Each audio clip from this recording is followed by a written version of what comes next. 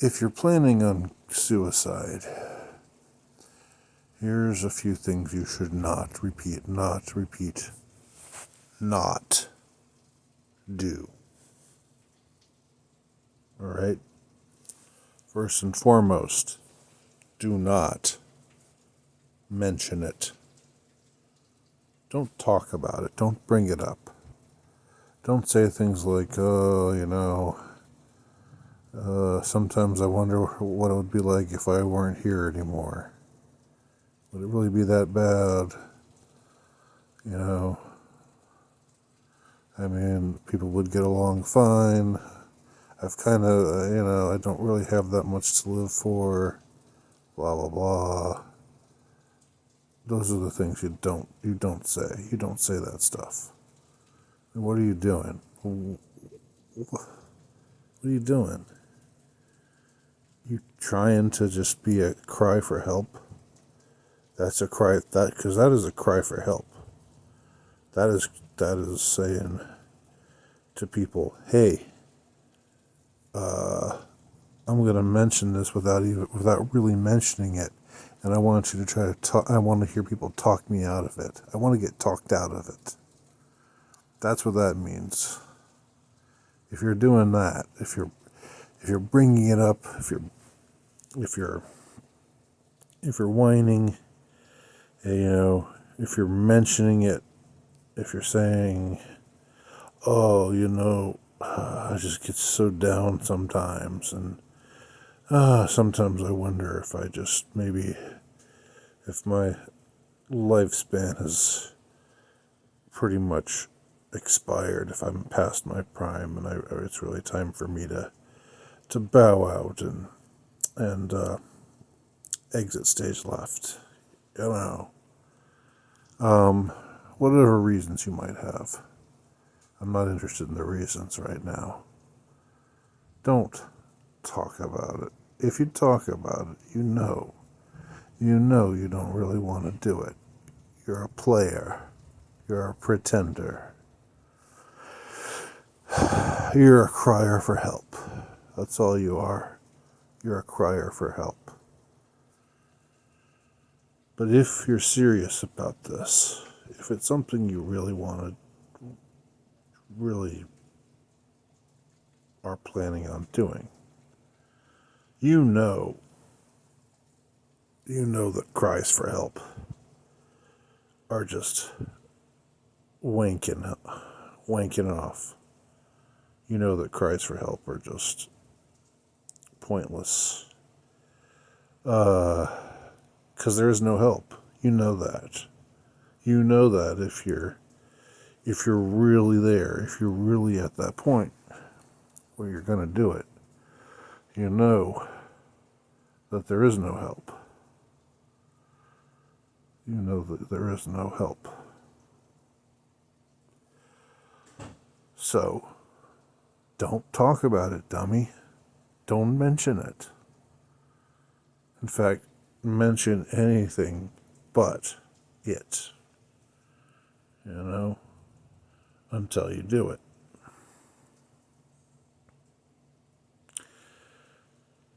Because if you ever bring it up, if you ever mention it, then you get on people's radars, and they're like they're homing in on you, and they're saying we should watch this person. We should watch this person and make sure, because he's talking a lot about suicide, and it might just be a cry for help, but we've got to make sure. We've got to take this. We've got to take this stuff seriously. We can't just say, "Oh, it's a joke." We got to take it seriously. Well, maybe we should even have an intervention. Got to take it seriously. Got to take it seriously. Because we want what's in his best interests, or our best interests. So, yeah. First thing is pretty simple. Don't talk about it. Don't talk about it. Think about it. Think about it all you want. But don't talk about it. Don't let your mind reach your lips. Put a wall between your mind and your mouth. First rule, don't talk about it.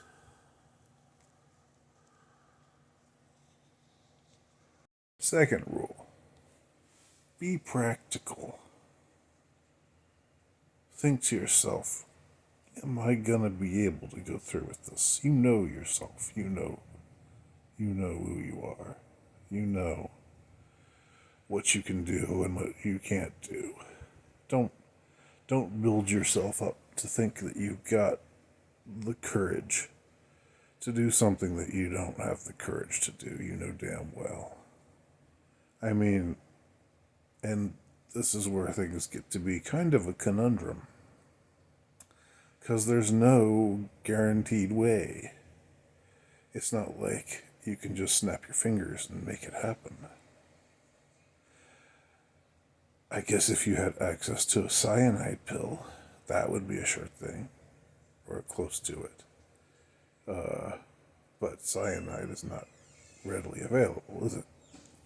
You can't get your hands on cyanide or some other kind of, instant poison. So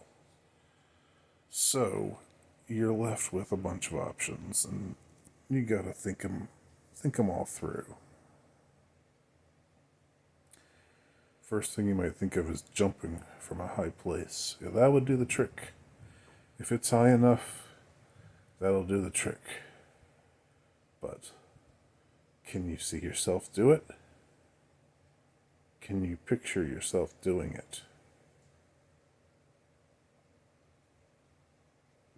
I mean, just in your mind's eye for a second.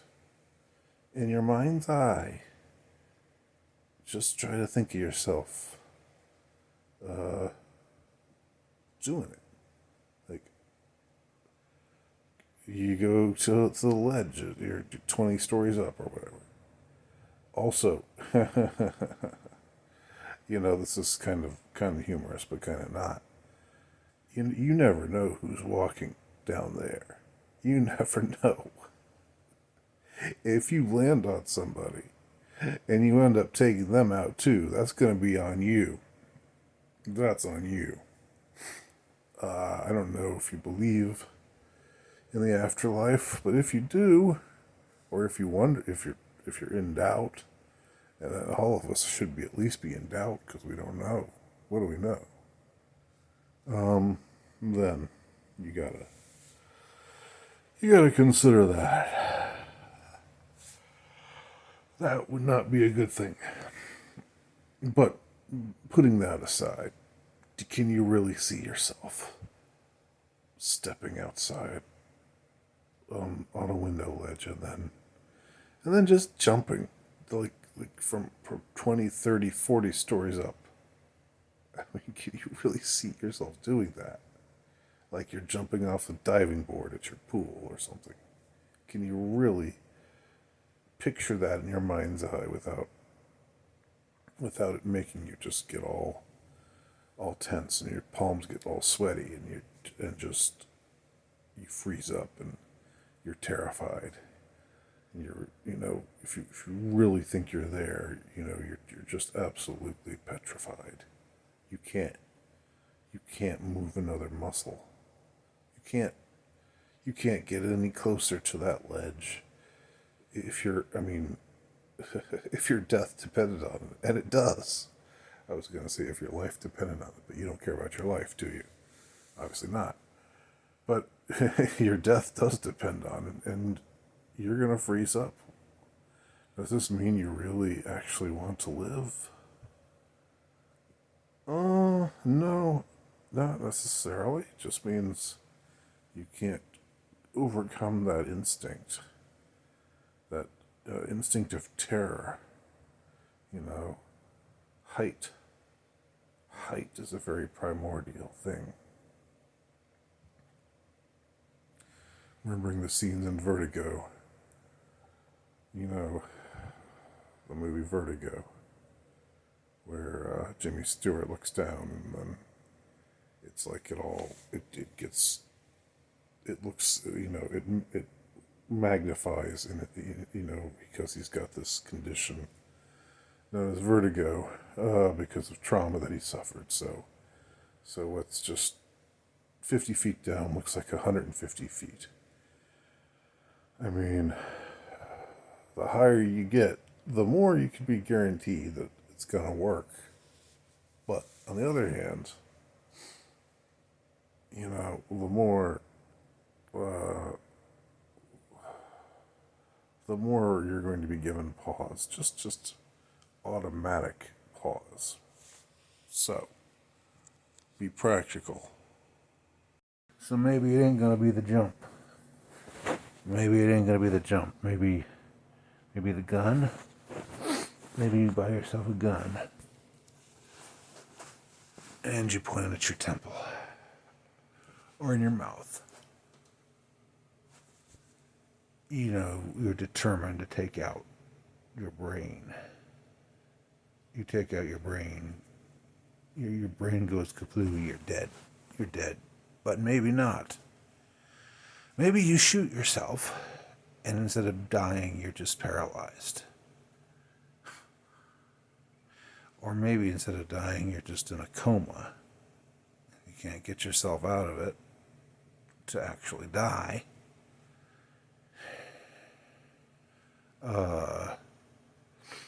Or,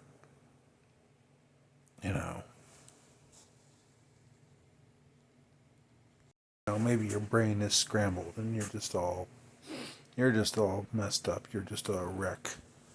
You're a physical wreck, but there's nothing you can do about it. You're alive, and you're in worse shape than you were before, and there's nothing you can do about it because you can't move your arms to pick up a gun anymore.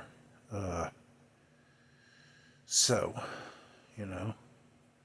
there's no foolproof way with the gun. There's foolproof way with the jump. As long as you're high enough, it's pretty foolproof that you're gonna expire when you smack against the earth from a great height. But can you will yourself to do that? Can you really see yourself willing yourself to do that? And the gun. We've talked about the problems with the gun. Okay, so maybe there's pills. Pills. Kind of an effeminate way of going, isn't it? Overdosing on pills. But maybe you do that. Okay, maybe you just gobble down a bunch of pills and wait for the effect to take over. But maybe you're convulsing. Maybe you're vomiting. You're just in terrible condition. You're sick. Your body is doing everything it can to get rid of this imbalance. Your body is doing things that you don't want your body to do because you want your body to just shut down, but you can't just say body shut down. You can't just do that. You can't just command it to happen and have it happen. That's not the way it works. So then, you've probably, maybe it works. I don't know. Maybe you do take enough pills and you die. It's probably going to be a painful death. It's probably not going to be a pleasant death. But you die. Maybe. But maybe they take you, they take you to a hospital and pump your stomach. I've never really known what it means when they say pump your stomach. I don't need anybody to tell me. I'm not that interested. I just wanted to make that clear. I've heard about, people, he had to go to the hospital and get his stomach pumped. That's always been like, well, what? Okay. Sounds bad. Sounds unpleasant. But I don't know what it is, and I don't care what it is. I just wanted to register that. So don't get in the comments to correct me or to inform me, to educate me. Okay? I'm not having it. It will delete you. You will be cast into outer darkness. All right? If you do that. So don't do that. You hear me? Don't do that. Well, you could also strangle yourself. You know, you can tie a noose to something and then just leap into that noose. Put your neck in the noose, I mean, and then just dangle there off the floor. And, you convulse, you ejaculate, I think. It's an automatic bodily response. And then you're gone. But again, it's kind of like the jumping from a high place. Like,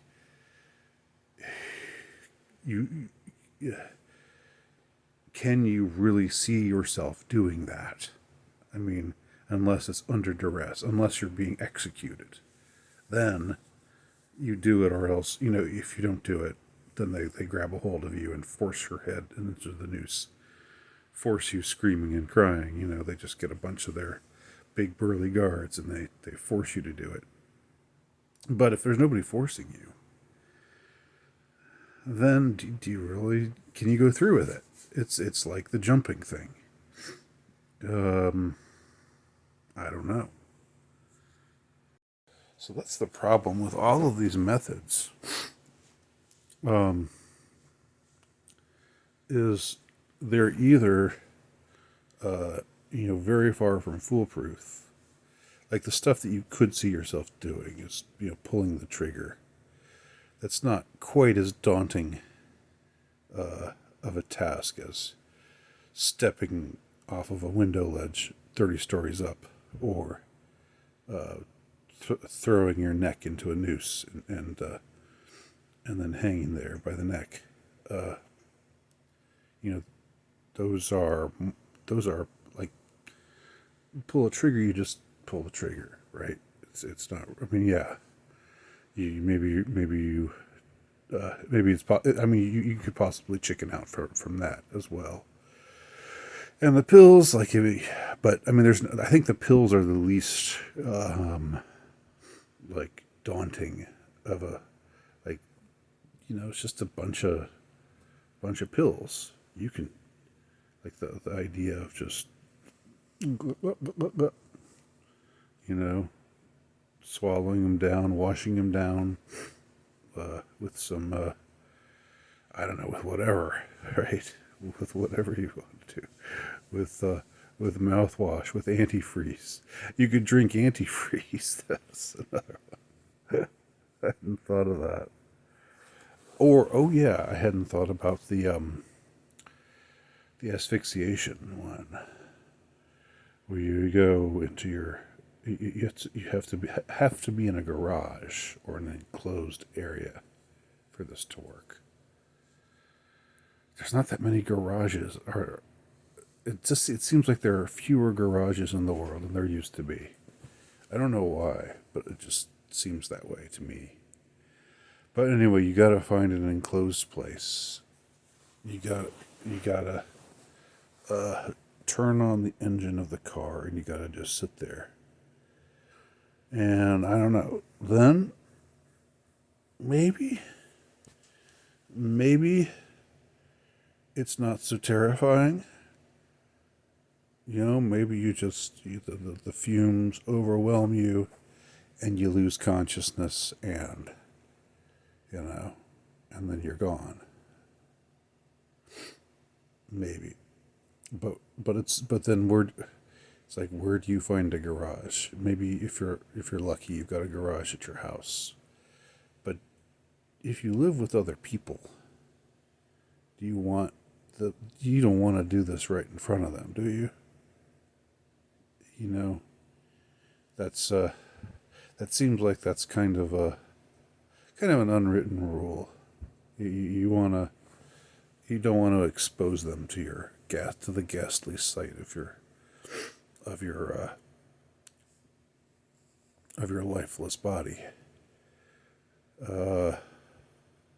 Unless you don't care. I mean, unless you hate all of them, and they're all terrible people, and they've been mean to you and done unspeakable things to you. Well, in that case, that's a stupid. You're not.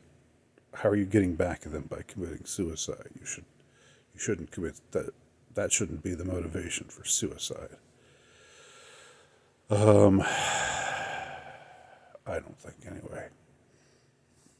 So, let's see. We've considered a lot of things, a lot of different possible methods. The problem with each of these methods is either that you really have to nerve yourself to do it. I mean, you really have to be in a state where you're okay with doing something that is absolutely terrifying to your core. I mean, could you get drunk? Could you just get drunk and then when you're drunk enough, I don't know. I haven't been drunk before. I've been slightly buzzed, but that's it. I can't see being really drunk and feeling any more like doing that. I think you sober up immediately under that circumstance. Maybe you find somebody, you make a pact with somebody, and you find somebody who's gonna, who's gonna throw you over. They'll just throw you, and you just you just close your eyes, and you let them pick you up and toss you out the window or off the ledge or whatever. You just let it happen. You close your eyes and so that way it's not dependent upon anything that you're doing. But then what are you doing? Then you're making this other person culpable in your death. You're making this person a murderer. You don't want to do that. That's a pretty shitty thing to do to someone, even if they're willing to do it. Maybe they're willing to do it, and maybe, they don't have much of a conscience. Well, I mean, yeah, I guess you could hire a hitman. You could hire a hitman. This might be the best idea yet. You could just hire a hitman. Because what do you care? It's going to be expensive. What do you care? You're going to be gone soon anyway. It's not like it's not like you need to save up that money. A hitman knows what he's doing, right? If he's good at his job, which hopefully he is, in your case. You hire a hitman to kill you. And hitman is, he's already, there's no question of conscience there. I mean, he shoots people dead. That's what he does. So most of the time, people hire him to shoot other people, but in this case, you're hiring him to shoot you. So there you can pretty much be guaranteed. Again, if you find the right guy, and if it's not just some wannabe, but it's somebody, a real professional, somebody who's good at his job, then he's gonna get it done. He's gonna make sure it gets done. He's got good aim. He knows what it takes to kill a man. And yeah, maybe that's it. That's probably the best option, and it's even that is really quite convoluted, isn't it? But I don't know. The best of all possible bad decisions, right? Because it's a cowardly act. You know that. It's a cowardly act. And you should be ashamed for even considering it, because it's a cowardly act. It's a it's a it's trying to find it's when you decide to opt for a permanent solution to a temporary problem. It's a temporary problem. Your problems are temporary. They're going to go away. Things will get better. Guaranteed. Well, not guaranteed. Not guaranteed at all. But still, you shouldn't do it. You shouldn't do it. But this goes back to the beginning, right? You already decided you're there. You're going to do it. We already talked about this. You already said, I'm going to do it. And we already talked about how if you're going to do it, then you're not going to talk about doing it. You're not going to be some gay little faggot who goes around, well, I feel like killing myself. And have people say, oh, don't talk that way.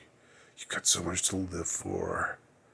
Just think of this, think of that. You've got to live. You've got so much to give. Don't do it. Don't do it. Don't do it. Please don't do it. Or that's the best case scenario. Worst case scenario, you talk about it.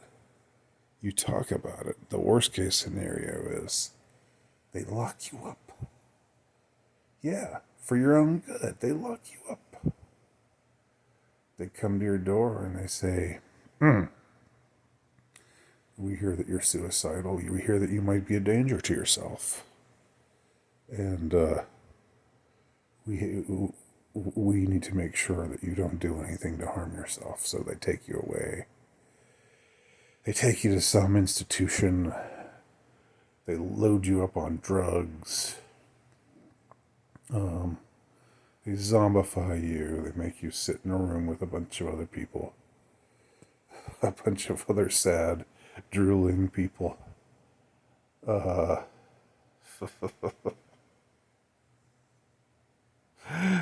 And wouldn't that be ironic? I mean, that's like,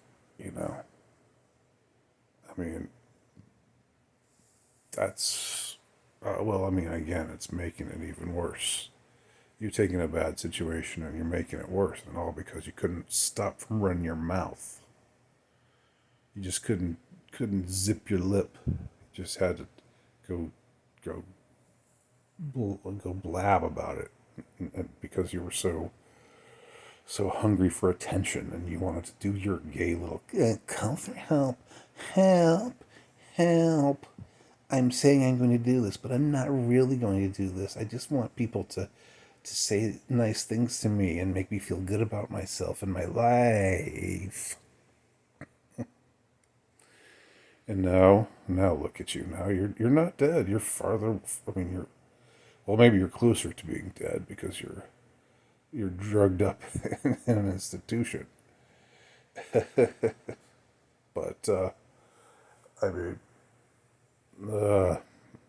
not where you want to be. You're the very opposite of where you wanted to be in the first place. So it's all in all a pretty thorny dilemma, isn't it? Now, when I post this, I know what's going to happen. At least I think I know. I know there'll be people who are going to say, oh, I'm worried about you. I'm worried about you, man. I'm worried about you, man. Look. Just look. Just use your eyes and look. What was the very first thing I said? Huh? What's the first thing I said to you? I said, if you're serious about it, if you know that there's no help, if you know that our cry for help is vain because no help is forthcoming, you've tried it, a bunch of times in a bunch of ways, and it never helps, and you're never better. Well, then don't talk about it, right? That was what I said. I said, don't talk about it. If you're serious about it, you're not going to talk about it. You create this absolute barrier between your mind and your mouth. Barrier. Mind, mouth. Barrier. Now, if I were going to do myself in, first of all, this is me playing it. This is me, this is Joe Person, okay? This is a fictional character. This is my goofy self. This is my cringe self, okay? This is my cringe channel. Are you cringing? Have you cringed yet? I hope you're cringing. By golly, I hope you are. I hope you're going. I hope you are. Okay, but anyway, if I wanted to do it, I wouldn't talk about it. I wouldn't talk about it. And here I am talking about it, right? So you're going to say, oh, well, so this is just a cry for help. This is a cry for help. I want to help you, Joe Person. I want to teach you that life is worth living and help you, through this period of depression and whatever. All these things that you're going through. You think it's going to last forever, but it's not. It's not. They're temporary problems. And you're thinking about a permanent solution to a temporary problem. Temporary, permanent, temporary, permanent. So I talked about it, right? The first rule of Suicide Club is you do not talk about Suicide Club. The second rule of Suicide Club is, let me hear you say it. That's right. You do not talk about Suicide Club. And here I am talking about it. And here I am, a fictional character. A fictional character on a cringe channel. Now, if I'm making you cringe, that's good.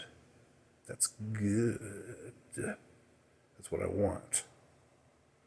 That's why I did this. It was to make you cringe. And I hope you're cringing good and hard. But I'm not going to do it. I'm not going to do it. I'm too much of a pussy, for one thing.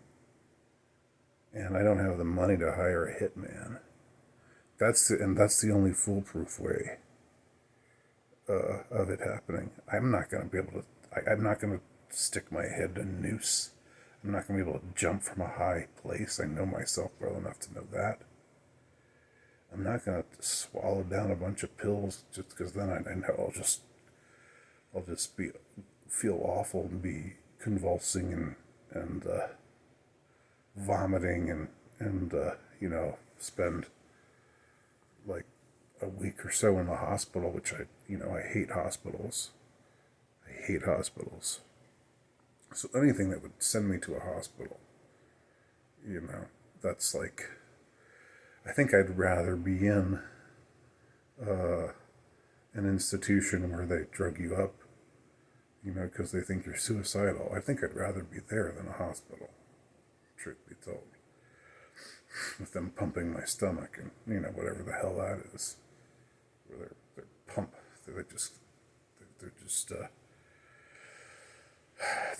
there's some guy just thrusting, he's got his pants pulled down and he's He's pumping me. He's sticking it into my navel. He's pumping my stomach. That's what he's doing. That's what it means to pump your stomach, is when somebody rapes you in your navel.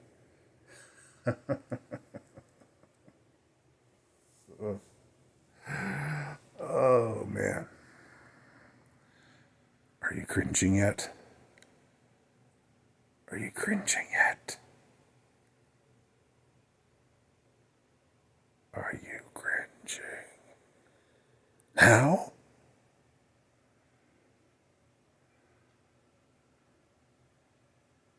How about now? How about now? How about now? How about now? How about now? How about